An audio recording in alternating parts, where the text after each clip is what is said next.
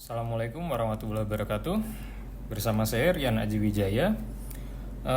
Di sesi ini saya akan mensimulasikan bagaimana penggunaan CodeIgniter menggunakan PHP MyAdmin, menggunakan MySQL dalam mini project, yaitu kita membuat website manajemen mata kuliah yang ada di dalam program studi. Oke, step awal saya akan mensimulasikan bagaimana instalasi CodeIgniter. Pertama, kita akan ke halaman CodeIgniter. Teman-teman bisa langsung search di Google CodeIgniter seperti ini. Nanti akan tampil codeigniter.com. Di sini tinggal klik download CodeIgniter 4. Oke, kita tunggu. Setelah selesai download, kita buka dan saya unzip filenya. Selesai unzip, saya buka dulu foldernya. Di sini langsung ada struktur app, public, dan lain sebagainya. Berarti ini langsung saya copy, saya pindahkan ke dalam htdocs saya. Saya copy di sini, saya paste. Jika setelah selesai, rename namanya menjadi nama projectnya. Di sini saya beri nama Siakat. Oke, setelah selesai, saya tes dulu apakah berjalan. Localhost Siakat, saya tes public. Oke, CI 451 sudah berhasil kita implementasi di htdocs kita. Nah, sekarang step awal saya mau menghilangkan URL public ini. Jadi ketika saya panggil Siakat seperti ini, projectnya langsung terbuka. Jadi tidak perlu penulisan public seperti ini. Oke, step awal kita masuk di VS Code. Nah, di sini saya tambahkan dulu add folder to workspace saya, Siakat, saya tambahkan. Oke, jika sudah, di dalam Siakat ada folder public. Kita copy file htaccess dan index PHP-nya. Kita copy, lalu kita letakkan di paling luar sini. Nah, di sini ada index dan htaccess. Dua sudah pindah ke depan sini. Sekarang yang index akan kita edit. Yang baru di copy tadi index PHP, dibuka, diedit, dihilangkan titik 2 garis miringnya seperti ini. Jika sudah, htaccess tidak ada perubahan apa-apa, lalu kita masuk ke folder app config app. Di sini ada tulisan index page, value-nya index PHP, kita hapus, kosongkan. Nah, sudah selesai. Sekarang kita testing. Saya hilangkan public, apakah berhasil? Oke. Lalu di bagian app tadi, ini localhost adalah base URL-nya. Kalau di saya menggunakan port 8888. Instalasi untuk Apache-nya saya menggunakan port 888. Kalau teman-teman tidak menggunakan port, tinggal dihapus seperti ini. Karena saya gunakan port, saya gunakan 888, terus nama projectnya Siakat. Seperti ini. Oke, ini nama folder yang ada di htdocs saya tadi. Sudah selesai. Lalu saatnya saya coba instalasi Bootstrap. Kita download lagi Bootstrap. Oke, di Bootstrap, getbootstrap.com, docs ada menu download. Download ini saya sarankan saya mau download dua-duanya, compile Bootstrap dan contohnya. Jadi nanti kalau misalnya saya butuh form dan lain sebagainya, saya tinggal contek download contohnya ini aja. Atau teman-teman bisa pakai Bootstrap template yang free atau berbayar. Cuman ini saya simulasikan contoh dari Bootstrap dasarnya saja. Nanti teman-teman bisa improve sedemikian rupa sesuai kebutuhan. Oke, kita tunggu. Downloadan masih berjalan. Setelah di-download, nanti tinggal kita unzip saja. Ada 2 file yang saya download. Di sini Bootstrap untuk contohnya dan Bootstrap source filenya. Oke, sebentar lagi selesai. Saya buka. Ini 2 filenya. Saya unzip semua. Setelah di-unzip, 2 file ini saya copy, saya masukkan ke dalam project saya tadi. Ada di htdocs, siakat. Lalu di sini ada folder public. Saya letakkan di dalam folder public ini. Setelah selesai dipaste, dipindahkan, saya mau membuat nama folder ini menjadi lebih simpel. Jadi saya hilangkan versionnya. Nah, versionnya saya hilangkan seperti ini supaya memudahkan saya memanggil foldernya seperti ini. Oke, karena kebutuhan saya untuk memanajemen data prodi dan mata kuliah, nanti ada halaman login dan dashboard. Sekarang saya mau buat halaman dashboard dulu yang sederhana. Kita bisa mencari contoh halaman dashboard di halaman Bootstrap-nya ini. Kita lihat di sini ada menu dashboard. Ini contohnya. Nah, nanti tinggal ini aja kita custom. Sekarang dia ada di dalam folder dashboard. Oke, saya buka downloadan tadi, ada di public, siakat, public, Bootstrap, contoh, ada folder dashboard. Nah, index HTML ini saya pindahkan ke dalam, ini saya pindahkan ke dalam app view untuk tampilannya. Jadi index HTML saya rubah namanya jadi dashboard.php seperti ini. Lalu source CSS JS template yang dari dashboard bisa saya pindahkan ke dalam public Bootstrap ini biar terkumpul jadi satu tempat yang saya gunakan. Saya bikin folder dashboard. Di sini saya paste, saya masuk, saya paste seperti ini. Jadi CSS JS yang saya gunakan saya masukkan ke dalam public Bootstrap dashboard. Oke, sekarang step selanjutnya saya mau menampilkan halaman dashboard ini menjadi halaman awal. Sekarang saya tampil ke halaman home, yaitu di controller home. Nah, harusnya dia memanggil welcome message. Sekarang saya rubah menjadi dashboard. Seperti ini. Kita testing. Nah, halaman berhasil dipanggil tapi settingan CSS dan JS-nya masih belum terkonfigurasi secara baik. Taunya dari mana? Tinggal kita lihat aja di sini. Console, saya refresh. Nah, di sini dashboard, CSS dan lain sebagainya masih belum terarah ke lokasi file yang sebenarnya. Harusnya dia mengarah ke public Bootstrap seperti ini. Sekarang kita konfigurasi.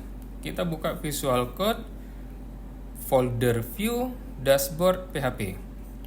Nah, di sini kita konfigurasi. Ini asetnya. Sekarang kita rubah menjadi tadi ada folder public Bootstrap seperti ini. Saya testing satu dulu. Apakah berhasil? Nah, berubah. Berarti sisanya saya rubah juga. Ada aset seperti ini. Saya rubah. Lalu ada dashboard. Nah, dashboard.js sama CSS-nya juga. Tadi saya bikin public Bootstrap, lalu folder dashboard. Seperti ini. Lalu ada dashboard CSS-nya. Saya buat juga Bootstrap dashboard seperti ini. Kita testing. Oke. Filenya berhasil kita duplikasi ke source code kita. Sekarang dashboard ini mau saya sesuaikan. Nanti ada menu dashboard, menu program studi, dan menu mata kuliah. Lalu sign out. Berarti sisanya ini rencananya mau saya hapus. Saya edit dulu. Menu order. Tinggal saya buka di halaman dashboard ini. Cari order. Seperti ini. Saya rubah menjadi program studi, produknya saya rubah jadi mata kuliah. Sisa file yang lain saya hapus. Ini saya hapus. Dari sini ke bawah saya hapus juga. Lalu ada menu untuk setting, ini saya hapus juga. Jadi tersisa ini. Saya refresh.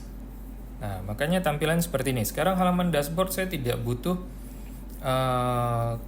kanvas ini. Nanti tinggal diedit di sini. Kanvasnya dihilangkan seperti ini. Nah, ini saya simulasikan sampai pembuatan dashboard dari Bootstrap. Oke, step selanjutnya sekarang saya mau membuat database sederhana yang digunakan untuk menyimpan, mengedit, menampilkan, dan lain sebagainya untuk data program studi dan mata kuliah.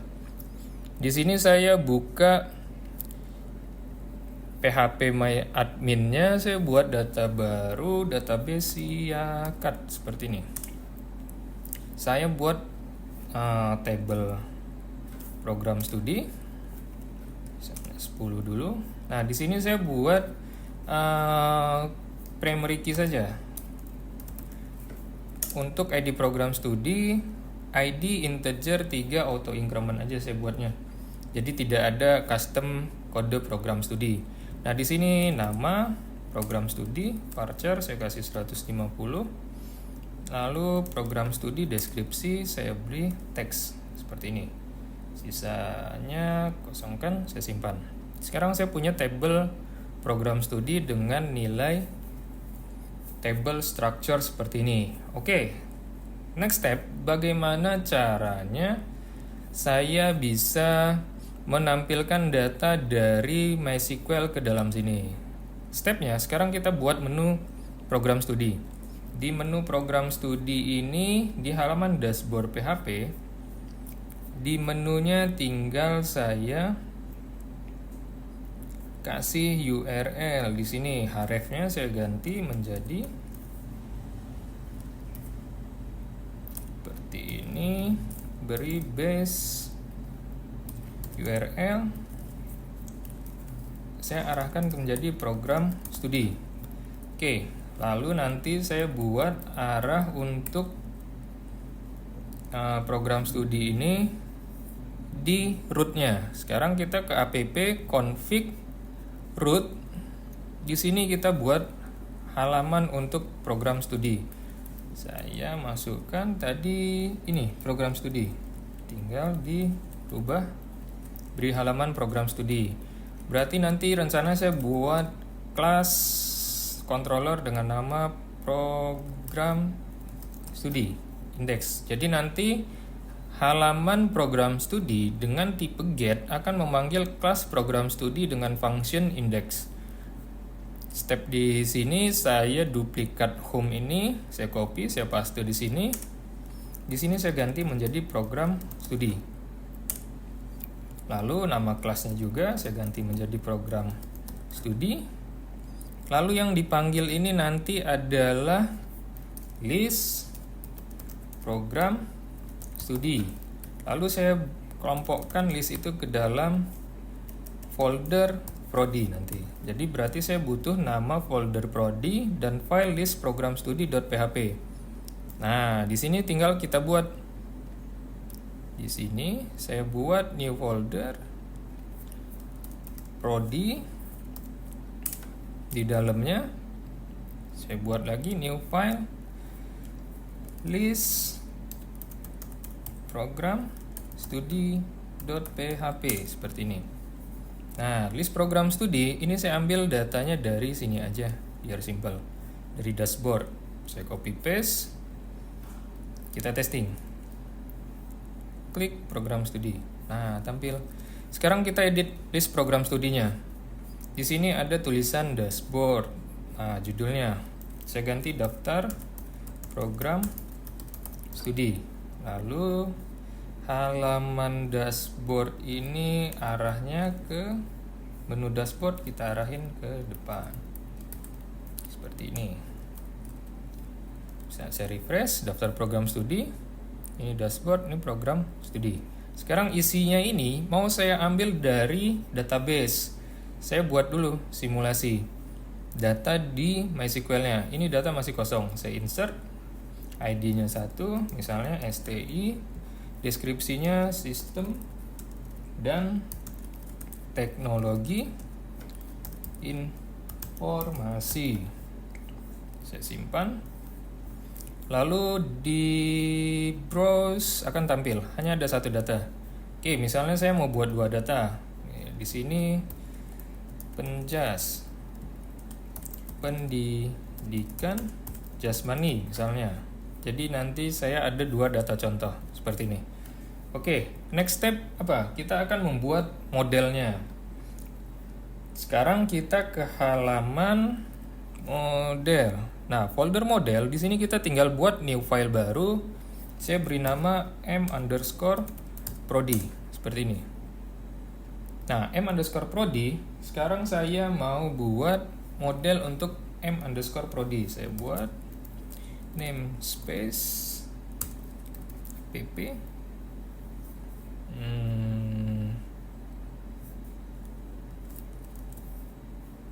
Kita buat namespace-nya app model.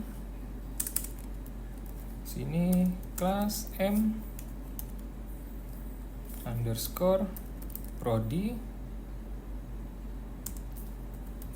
extend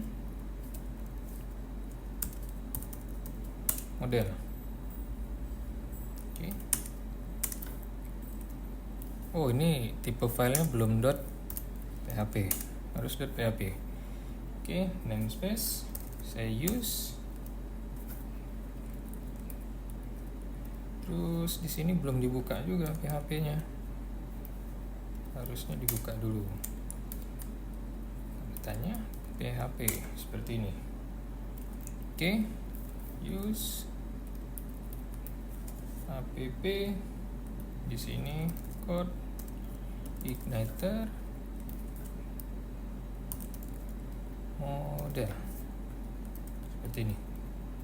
Nah, kalau sudah tinggal saya buat di sini. Nanti rencananya saya pakai, tadi kita ada table, saya bikin variabel baru table, saya beri nilai.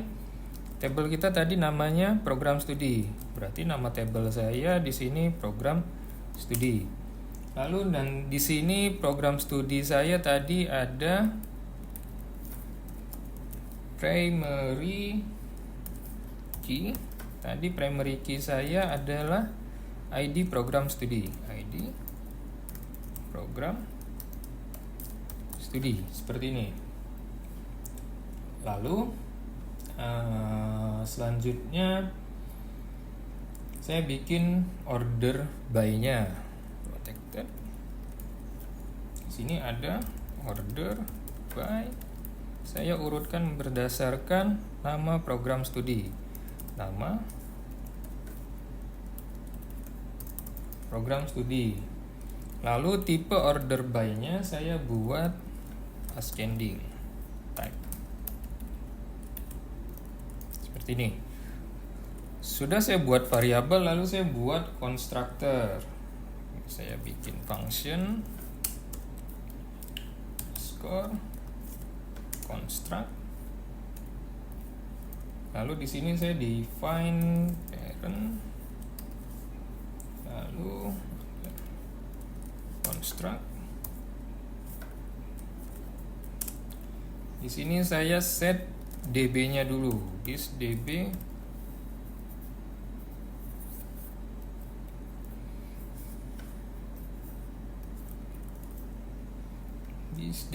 sama dengan config, lalu garis miring database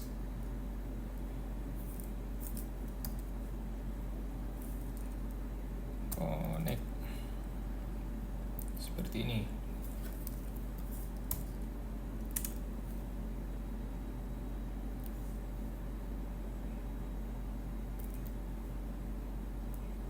Ya sudah, saya panggil this db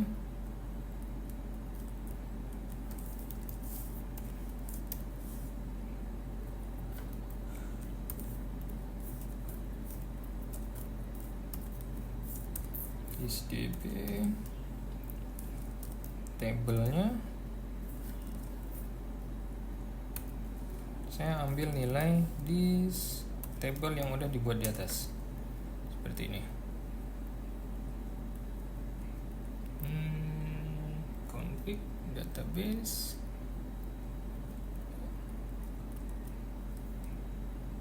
Oke, sudah. Lalu saya buat function baru di sini untuk menampilkan semua datanya. Function list all, misalnya saya menampilkan semuanya. Saya buat di sini query-nya. Query sama dengan this db get. Lalu di sini saya order datanya this db order by. Order by tadi saya sudah set di atas. Order by-nya berdasarkan variabel this order by. Direction-nya tipe ordernya saya bikin tadi this order by type. Jadi seperti ini. Lalu setelah itu saya ambil responnya. Respon sama dengan query-nya tadi. Lalu saya get result. Get result seperti ini. Setelah itu saya return respon. Oke, di model kita sudah selesai membuat. Sekarang kita konfigurasi di function controllernya. Di function controller sekarang saya mau memanggil modelnya tadi. Di sini saya buat terlebih dahulu di sini supaya tidak berkali-kali. Saya bikin variabel di sini protected mprod seperti ini. Lalu di construct sama, saya bikin constructor dulu di sini supaya otomatis modelnya ini dipanggil. Construct spasi construct. Di sini saya panggil this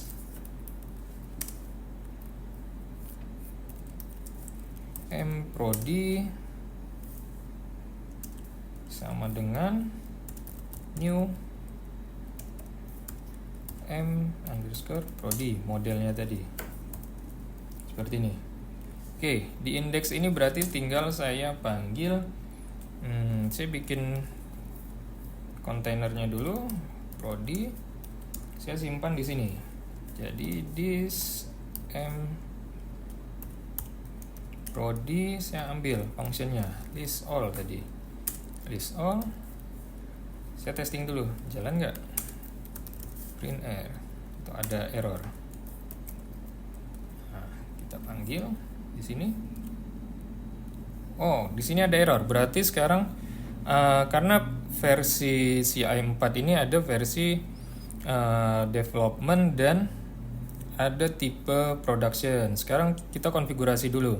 Di sini di rootnya ada nama file env. Di sini kita edit, tambah titik di depannya env. Lalu di sini komentarnya saya hapus, production ditulis development seperti ini. Save. Dia akan tampil errornya seperti apa. Nih, mprod app model tidak ditemukan. Oke. Sekarang berarti ada kesalahan di import app model di sini. Use model app model mprod. Sekarang kita buka mprod-nya. Di sini ada kesalahan di sini, tidak ditemukan. Oke, kita koreksi. Is mprod. Coba saya ambil dari sini. pp model mprod. Mprod ini coba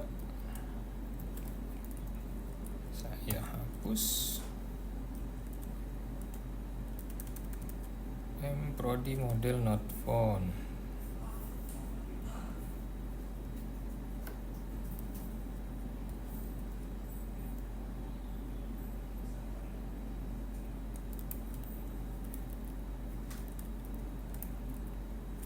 Saya ulangi, new M Prodi seperti ini. Nah, ternyata ada kesalahan saya memanggilnya Models M Prodi. Nah, sekarang ternyata saya belum konfigurasi database connection-nya. Saya masuk ke database connection, ada di app folder config di file database.php. Di sini saya menggunakan localhost portnya 8889. Kalau teman-teman nggak menggunakan port itu silakan dihapus saja. Tapi di sini saya menggunakan port 8889 untuk MySQL saya. Di sini username-nya saya menggunakan root, password-nya juga root. Nama database yang dibuat tadi adalah Siakat seperti ini. Sekarang kita testing lagi, refresh. Nah, ini datanya sudah muncul. Sekarang data ini akan saya tampilkan di table ini. Berarti yang harus saya edit adalah view-nya. Di controller, ini data sudah dapat. Tinggal saya masukkan data prodi ini ke dalam suatu array data. Sini saya beri nilai array indeksnya prodi, saya simpan di sini.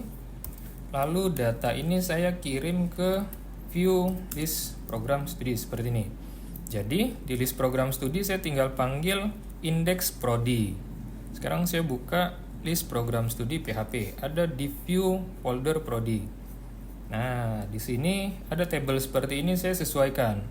Sectionnya misalnya saya hapus. Title-nya tadi kita cuman ada nama program studi dan ada deskripsi. Lalu di sini saya berikan action untuk button edit dan delete. Di sini saya panggil, ini sisanya saya hapus dulu. Jadi saya tinggalkan satu row aja untuk sampel data. Kita hapus, jadi TR-nya cuma satu.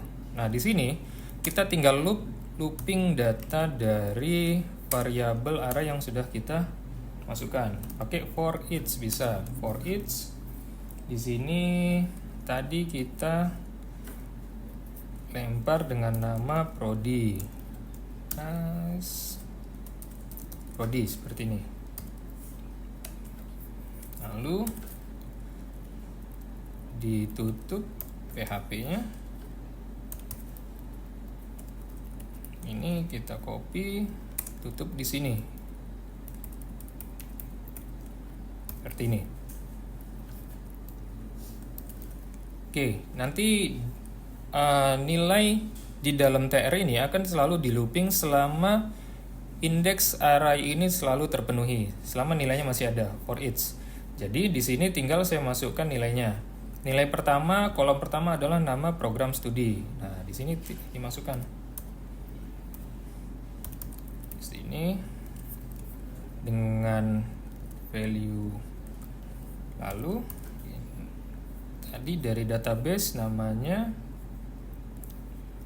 nama program studi. Berarti di sini panggilnya nama program studi. Lalu di sini deskripsinya program studi deskripsi. Tinggal dirubah program studi underscore deskripsi seperti ini. Kita testing.